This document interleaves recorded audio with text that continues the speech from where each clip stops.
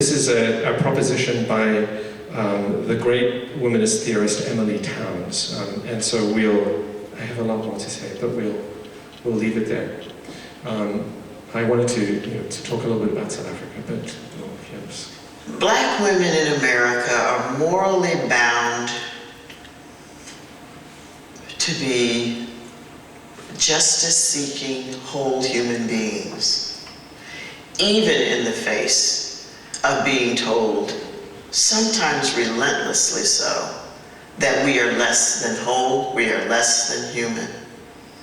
Don't believe that lie. Don't live our lives in a lie. We cannot live our lives in the folds of old wounds. It's not healthy. It's not life-giving. It doesn't bring in justice. It doesn't bring in the next generation. So that's what the moral imperative is for Black women, to live life beyond those old wounds, those old folds. Know they're there, but we don't have to live in them and through them. Take seriously that this is the land of the free. Create spaces and more spaces and more spaces of freedom so that people can become who they are, what they're about, what they can be, and that there are no limits. And in the midst of that, do so with a strong sense of justice and bringing others along with us.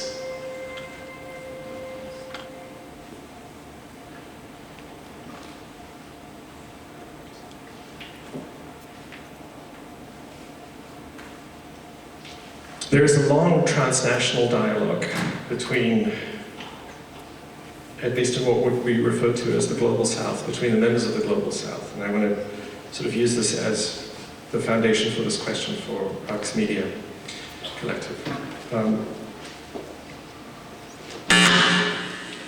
I heard this morning on a radio program a report about the proposed changes that the BJP want to make to the exhibitions in the Nehru Library.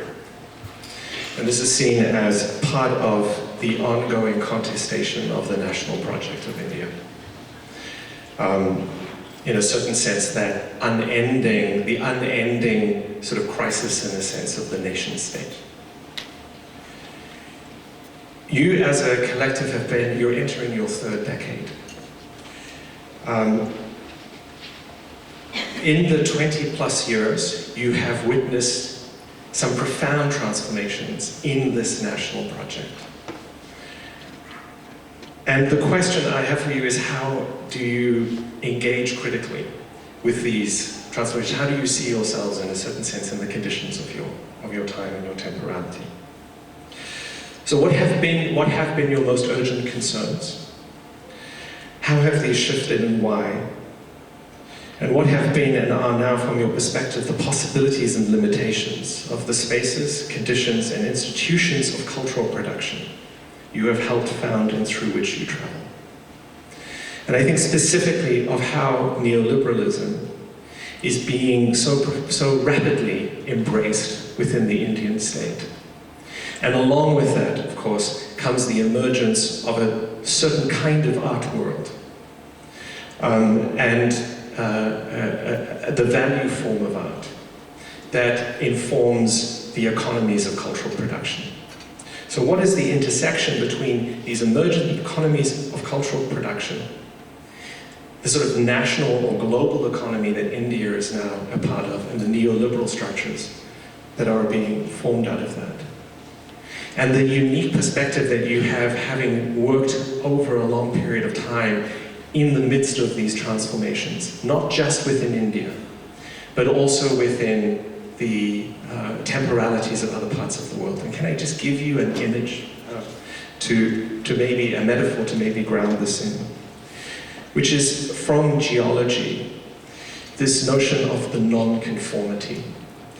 This is a technical term that was created by the Scottish geologist, who's often sort of seen as like the originary moment of modern geology, Hutton, when he went to Simcha Point, which is on the south coast of Scotland, And he saw these different geological formations that obviously arose from different forces of geological history and time. Exactly. No, and they were abutting each other. They were clearly not of the same moment, yet they were of the same space.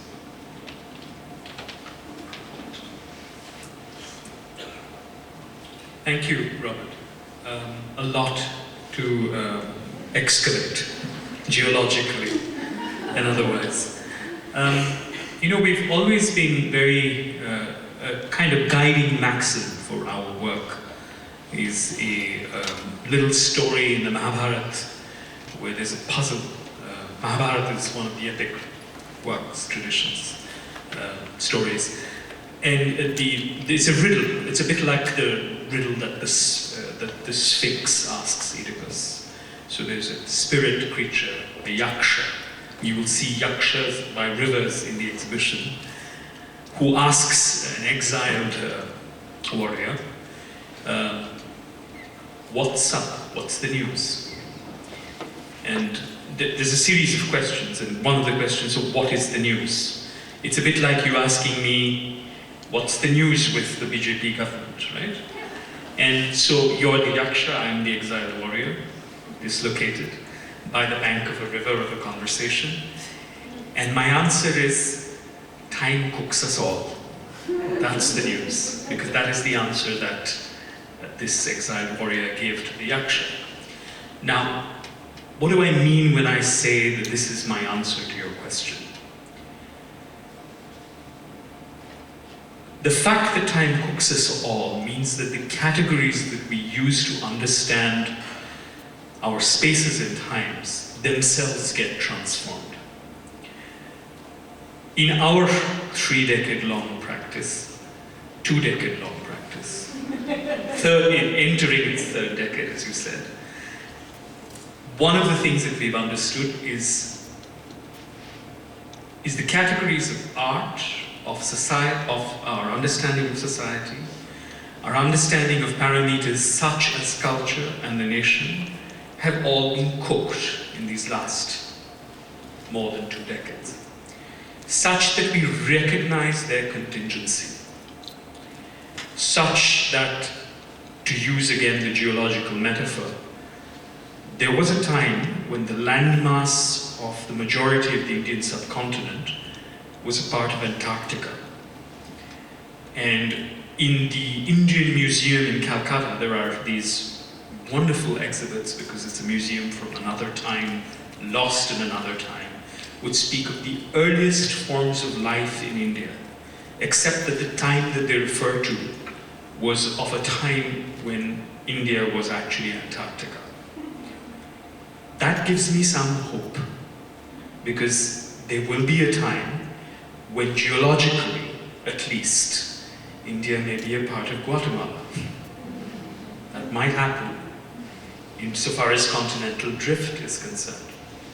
So the anxieties about the character of the nation state, which bedevil our rulers and so much of our commentators, seem to me to be very fleeting to us, such that the contest over the nature of the nation state that is currently at play is at best a little sizzle in the fat of the fire that's cooking right now.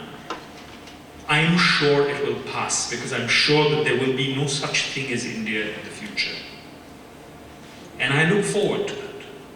So these anxieties about whether the first Prime Minister's house, which is a space, Jawaharlal Nehru's house, who happily moved into the house of the last Commander-in-Chief of the British Army, which became a sort of memorial or a celebration of what liberal secular intelligentsia in India think of as Indian nationalism, cooking now into some ersatz vulgar Hindu nationalist project.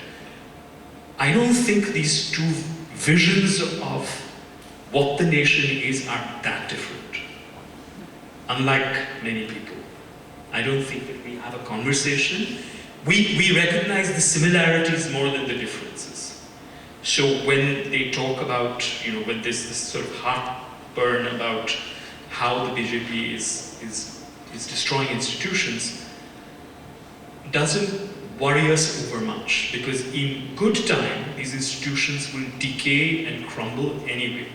Perhaps what the BJP is doing is hastening the crisis that actually will give us opportunities to rethink questions like the nation, questions like how, rhetoric of progress and development actually functions. There's a work that we've been thinking about for a while, which is called If You Want to, what is it? The oranges. Yeah, I mean, it's okay. It's a work about a newspaper. It's a work about reading a newspaper over 2 decades, and it's a broadsheet produced in an industrial suburb of Delhi, which is one of the largest now manufacturing spots in the world. There's this ring of industrial towns around Delhi. It's a broadsheet called the Faridabad Mazdoor Samachar, or the Faridabad Workers News. And over 25 years, it has been, the act of reading this broadsheet has been a kind of anchor for us, which steadies our minds in relation to the sort of chronic disease of our media, of the production of, let's say, illusory crises. Because it's much more interesting at the level of the long durée of decades to see what happens on factory floors on a weekly, daily basis. And when we think of that, it's a bit like walking along the river, and there's a certain plodding insistence on doing this again and again and again. When you do that, it gives you a certain vantage point, a certain perspective that makes us think at a more geological level. In terms of structures, in terms of processes, in terms of what happens, for instance, when a road cuts through something. So let's say a government policy cuts through a certain way of organizing production in factories. It disperses and brings together new ways of making things. It produces new forms of contingency and precarity in industrial work itself. So then the policy that cuts through that space and time is a little bit like what happens when highways cut through mountains. And I know that in the United States, the great thing that geologists love, I'm reading a book by John McPhee called The Annals of the Lost World. It's full of beautiful geological writing. It's what I call road cuts. And when a highway cuts through a mountain, suddenly you slice the mountain in two and you reveal striations. So I think that we are all witnessing road cuts through our times that are actually revealing striations. That gives us a certain poise, a certain poise, so that we don't get overly disturbed by the periodic crisis. At different levels, we respond to it. But I think the space of our art practice is a space of philosophical deepening that then helps us as human beings and as citizens to respond effectively, politically. So the practice of the art deepens our understanding of what happens when the road cut appears, and then we can think about it more effectively as citizens, comrades, denizens. I don't know if that...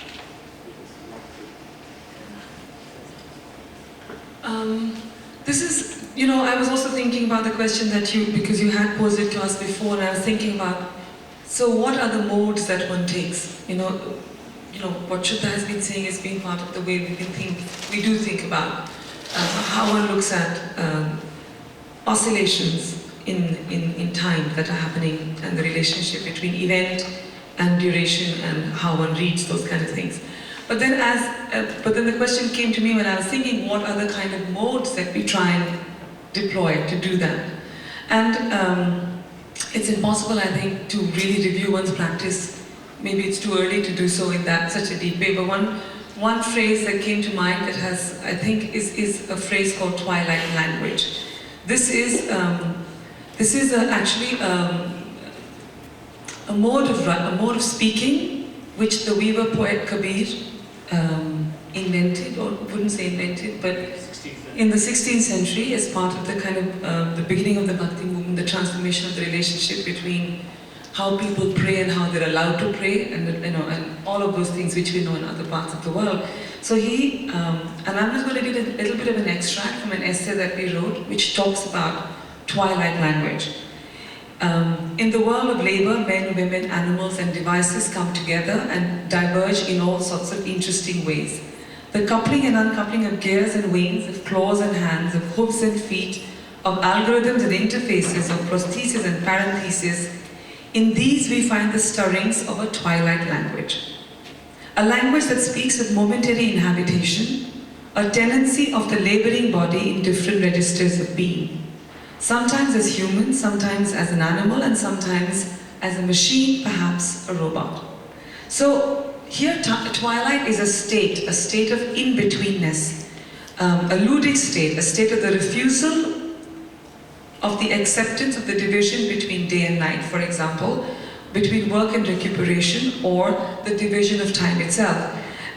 So in this state, humans speak differently, with joy, with love, in play, in the registers of fantasy and wickedness, and with an openness towards inhabiting futures where the material world, nature, and the cosmos are folded within each other. I'm just going to give you some fragments of some of the examples of twilight language. I can't...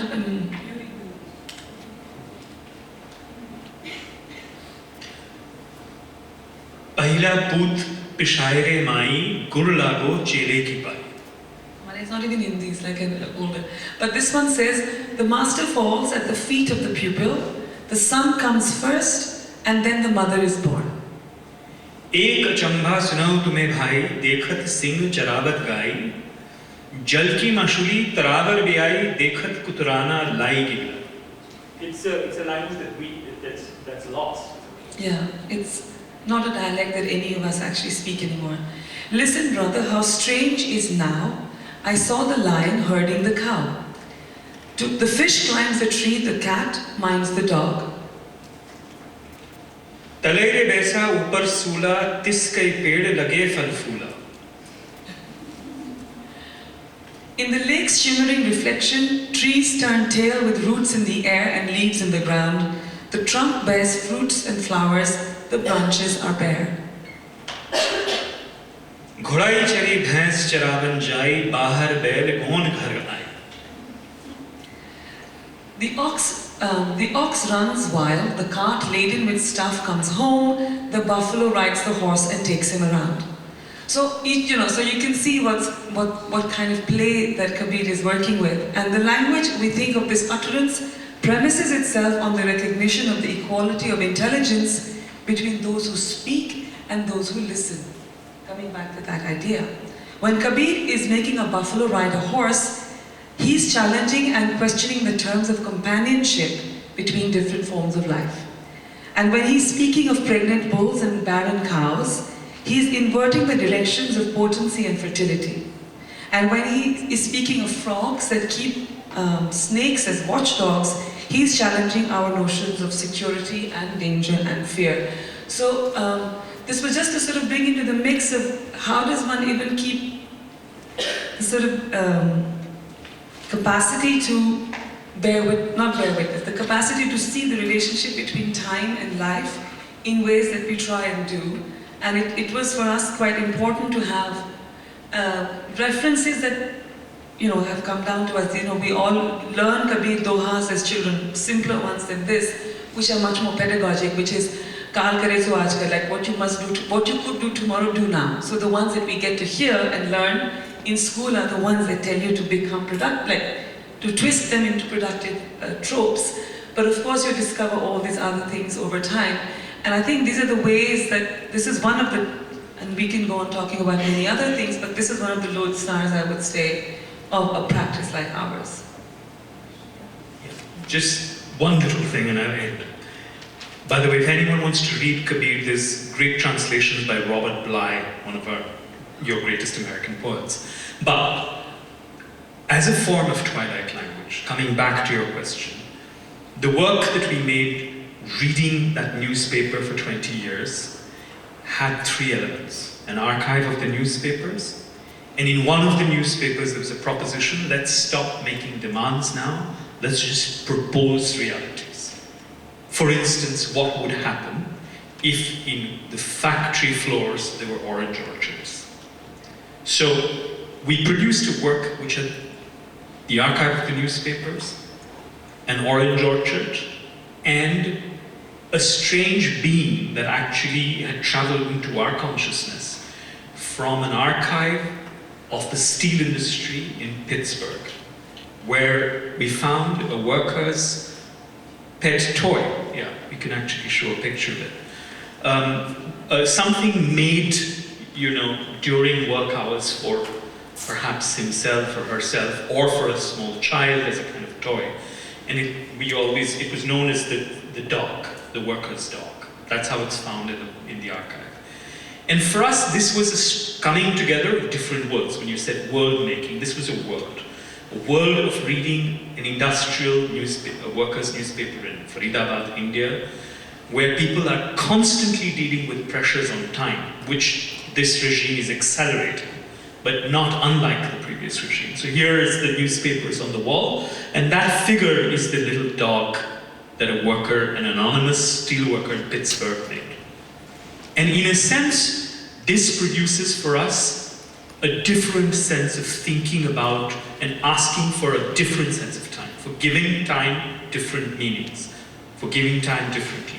So that when you enter the space, you're first of all greeted by the aroma of oranges, orange blossoms and oranges themselves. And then you read a newspaper where the daily details of industrial life, read against an accelerating regime of the extraction of time from the body, actually insists on saying, let's think about orange orchards in factories. For us, the interesting thing was to place this in the heart of a so-called national institution, like the National Gallery of Modern Art, and see what readings of our time, of industrial labor, and of a different language, a twilight language of hope, could produce. Thank you, everyone. And we're going to take our break now. We'll take 10 minutes and then come back and look forward to expanding our colloquium to all of you. Posing and responding to questions with each other, and now we are opening up our colloquium, our series of roundtables to all of you. We've had quite a meandering conversation, as we were just admiring. I think there are many possible points of entry into it, I hope. And so I encourage you to please jump in the river. And here we go. Yes. And we have someone with the mic who's going to provide it to you. Thank you. Perfect. Yes, please. Hi. Hi. So, I read Ultra-red, and my question for Robert is based around spirituality. And when you were giving your introduction, one of my first thoughts about like pulling all of these strings together is the universality of language, and things like the Tower of Babel, however you want to say it, and like man's struggle to recommune in order to achieve higher knowledge and maybe some form of peace. And I was wondering what you think about spirituality in your practice as an artist, and your practice as like a healthcare worker, and how it comes up in collaboration with the communities, with other artists, and yeah. So a couple of things. One is, let me say that language is part of what we would call social practice. And I wanted to say something about the way in which the art world has sort of made a turn towards social practice fairly recently. And I want to honor that move and the fact that in many ways this kind of expansion of the focus on social practice, I don't think it's an accident that this amplification occurs in the context of the financial crisis. That there was a moment, in a certain sense, across these languages of a kind of opportunity for solidarity. So I remember, for example, in the time that I spent at Occupy Wall Street, there was an attempt by artists to organize around artist-specific issues, and one of the first things they rose was the difficulty artists had accessing healthcare. Of course, my response was, what is so special about artists that their difficulty around accessing healthcare needs to be addressed separately from everybody else's issue of accessing healthcare? So these lines of solidarity. So I would say, in this sort of sense, I've been really like stretching what you've given me, but this issue of language and the multiplicity of languages, the multiplicity of experiences and practices, in many ways for us becomes a question about what the terms of solidarity might be. I want to say two other very quick things around this. One is to understand that one always engages in these things or witnesses these things from a certain perspective. So your view on history and your view on these sort of conditions of crisis are going to come from a particular perspective. In Ultraread, one of the things that we honor very deeply is this notion of accountability. That one approach your work from a position of accountability to a constituency. So a question we might ask ourselves over and over is, as we make decisions about the work that we do, who are we going to go back to and narrate to in order to be accountable for the decisions that we have made? So in the work that I do in New York City with the house and ballroom scene, work that has lasted for over 20 years now and will go on probably beyond, I hope, beyond my death, the position of accountability is to the house and ballroom scene, to the members of the house and ballroom scene. And the question of the social practices of the house and ballroom scene, the languages that have been formed over the multi-generations of that scene, is a critical literacy and the foundations for a kind of pedagogy of liberation. So to connect this question of spirituality, one of the things that has been personally a really transformative experience and is actually a critical social practice that I become aware of more and more the more I sort of spend time doing this work that I do, is the tradition within the Black Church of the prophetic imagination. The capacity to actually hold simultaneously a kind of cynical hope, a sense of the repeated failures of justice and emancipation, but to hold in the notion of a potential always for a prophetic rupture, and that rupture is going to cut through each of us individually as well as in history.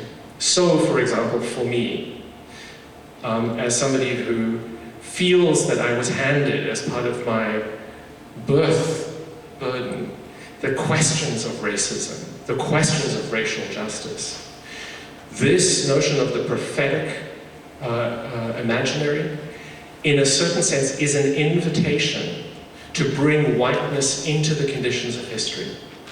To say that whiteness is a condition of becoming in and of itself.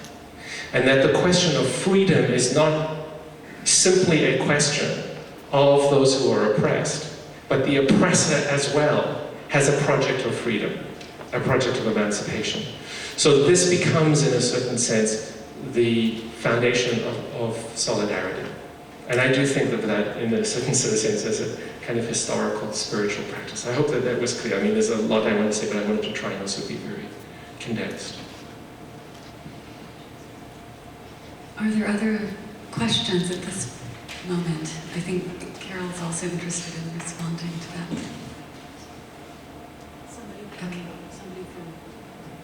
I'll say something, but maybe section A or section 1 needs to get prepared. So I think two things. One that you reminded me of in our earlier conversations is the notion of long-term work and the Ultraread definition of a project that in a place and a community that you never intend to leave. And I think holding on to that is important. I'm really glad that you kind of folded in your own personal history, because I think the other thing about looking at our current conditions and the intersection of the kinds of practices that we're invoking today, which I prefer the term public practices, in addition to social practice or other types, is that there is an incredible rich history. We're seeing the road cut and the cycles that have occurred many times. And so that's one thing I know I'm really committed to, is really looking at how are these conditions and the situations with the crisis of our culture, the conditions of creating, being a creative practitioner, the story that I was starting to tell earlier about what it was like to be a representative of the institution and needing to be to recognize the importance of not holding the history in the way I wanted to tell it, but instead keeping it open. You know, these I think are really important parts of these questions that we're asking about. Who has the right to tell the story? What are the testimonies of our experiences? Thank you, Carol. Thank you, Robert. So other questions from our colloquium participators in the green seats? My question is for the Raqs Collective. I was thinking about the idea of the artist collective in our era, in the 21st century, and moving forward in the future, and what you see the role of working as a collective, interdisciplinary, philosophical, cultural, across cultures and histories, and the period that we live in today, with the amount of crises, climate change, and all these issues that are on the front burner, I think. So what do you see the role of a collective versus an institution or a business or a political party or whatever, and going forward in the future? And how is your experience kind of taking leadership, I guess, around these kinds of issues today? It's the first time I've had to talk about a collective in the context of it could be a political party. But I think it's a really interesting provocation, because you see, the thing is, when we decided to make a collective, it was not that we were making a collective because we wanted to do something. I think it's precisely not because we wanted to do some things, it was because we wanted to be together, right? So that, but I think of that, and over time, the idea of a generative situation. How does one create a generative situation? And I think that that's how we intuitively formed it. We were all very young, still barely out of film school. And what I think we realized without knowing it is that to create a generative situation for ourselves, first, we needed to have, being alone can be quite exhausting. And being alone can also be quite frightening when you're just sort of starting out, for example, but also when you want to have the question of address, right? Solipsism, I think, is not a very interesting position, and I think we realize that, but also the idea of the abstract other was far too distant. So I think the idea of a generative situation, first and foremost, by having each other for a conversation was the starting point. But I do believe that in the years that have followed, I see the practice of our collective is still being one of a generative situation. Not necessarily, so partly for ourselves, to continue doing what we would love to do, but also to create situations, whether it's making a place like Sarai, editing books, creating, and I think that I don't want to make lists like that, but there are many, where what basically we have done is to make things happen so that other people can take it on and make other things happen. So it becomes like the possibility of a ripple that takes on and on and on. And there is, in a sense, there might have been the beginning of a center, but at some point you stop paying attention to that because the ripple has spread outward. And I think that some of the things that we do are very driven by that idea of generative practice.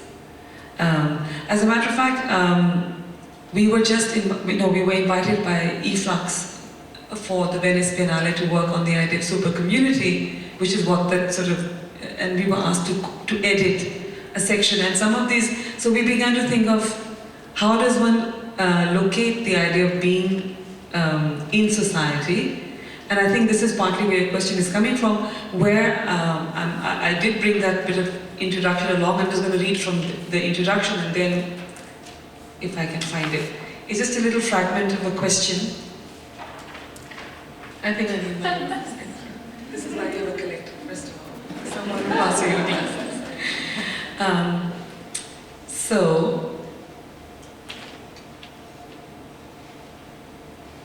Okay, I'll begin from the beginning of this. In 1762, when Jean-Jacques Rousseau added a conditional "but" after the phrase "man is born free" in the social contract, was he implying that there could be hidden costs to birth in the human species? And were these the hidden costs factored into the ubiquity, the everywhereness of the chains that mark the second half of his axiom? What is Rousseau pointing to when he says one thinks himself the master of others and still remains a greater slave than they? If the master's room for maneuver is regulated by the palette fork of mastery itself, then can the slave be the escapement, the spinning wheel that lets things move? Escapement is the mechanism of a clock, so considering our practice, the watch thing becomes pertinent. Can the watch of power unwind itself? What kind of knowledge needs unlearning now? So this kind of began, this was what we wrote as part of the invitation to other people to think about what it means to be in rewriting the idea of a relationship between this and that. And I think in that sense, being a collective for me is very much part of that opening out all the time. Just a little one thing. You know, I mean, 1871, the Paris Commune, it's a very interesting moment in history, where suddenly the citizens of a city think about reconstituting the world inside a city. They make a world. And there is an artists' federation. And they make this quite strange and incredible demand for communal luxuries. They don't say that, you know, we're going to think about, actually they say we're not even thinking about like making people's life better. They say as artists, we demand the rights to communal luxuries. How to make life exuberant and splendid, right? And they presume that the position of the artist within the commune, within the Paris Commune, is to actually advance these visions of what the life of splendor, beauty, and exuberance can be. Sometimes in our obsession with the vocabularies of what is called social practices within the arts, which are often addressing very real and urgent questions, we forget the responsibility to invoke that idea of exuberance and splendor. That too is one of the things that can be a part of collective practice. In our collective, we try and Monica's splendid, I just try.